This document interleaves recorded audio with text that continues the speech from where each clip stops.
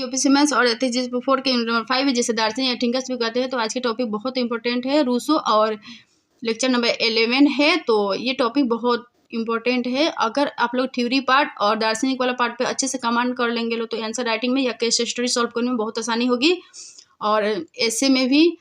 तो आज की टॉपिक है रूसो के अनुसार राज्य को नागरिकों की खुशी एवं स्वतंत्रता पर अधिक ध्यान केंद्रित करना चाहिए।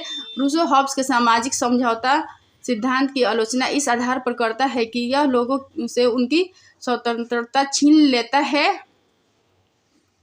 रूसो के अनुसार नैतिकता के निर्धारण में तर्क एवं अनुभव की तुलना में भावनाएं अधिक महत्वपूर्ण भूमिका निभाती है।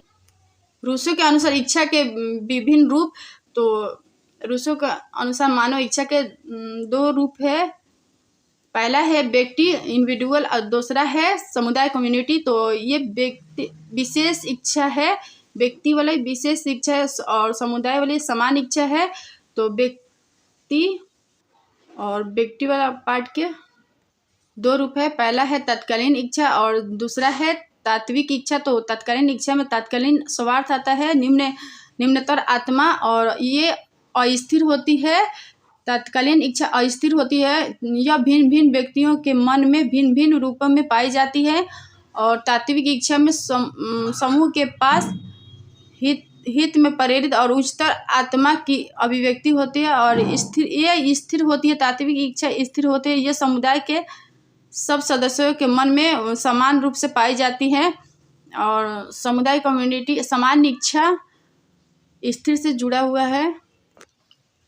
समान इच्छा जनरल विल, ये समान इच्छा की संकल्पना के अंतर्गत रूसो ने स्वशासन सेल्फ गवर्नमेंट और उत्तम शासन गुड गवर्नमेंट के लक्ष्यों को एक साथ पूरा करने का रास्ता दिखाया है। और उसने तर्क दिया कि समुदाय के लिए उत्तम शासन का ज्ञान प्राप्त कर लेना पर्याप्त नहीं है, उसकी स्थापना के लिए जरूरी है कि समुदाय अपनी इच्छा से अपना शासन स्थापित करे। रूसो का दर्शन तो मनुष्य स्वतंत्र पैदा होता है और हर जगह वह जंजीरों में जकड़ा होता है। एक आदमी सोचता है कि वह दूसरों का मालिक है, लेकिन उनकी तुलना में दास से अधिक रहता है। उदाहरण के लिए एक बच्चा स्वतंत्र पैदा होता है, लेकिन वह परिवार के लिए जिम्मेदार होता है। इसके निर्वाह और निरंतरता में योगदान स्कूल निर्धारित पाठ्यक्रम का पालन करता है, सरकार देश के कानून का पालन करे, अंतर्राष्ट्रीय कानून, आवर्जन वीजा और नागरिकता, और ऐसा ही उनके आदर्शों की श्रृंखला से जकड़ा होता है। और समान इच्छा में तो किसी भी लोकतंत्र में लोग अंतिम और संप्रभुता लोगों के भीतर निहित है। उदाहरण के लिए अपने सत्तावादी शासन के कारण भी ट्रंप की हालिया हार किसी भी लोकतंत्र में लोगों के सर्वोच्च महत्व को दिखाती।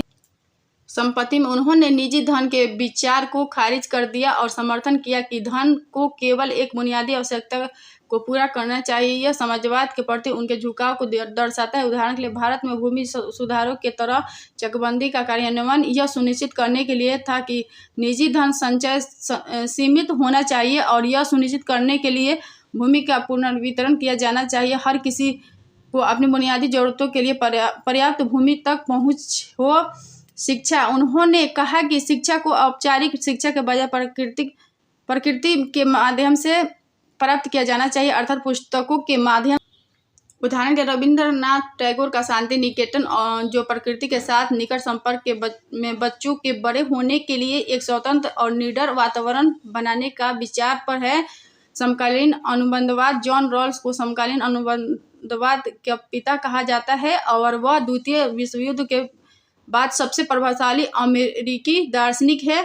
तो आज के टॉपिक रूसो था और लेक्चर नंबर 11। तो आप लोग वीडियो देख के नोट्स मेकिंग कर सकते हो, और अगर वीडियो पसंद आए तो like share comment and subscribe कर दीजिएगा। लो, थैंक यू।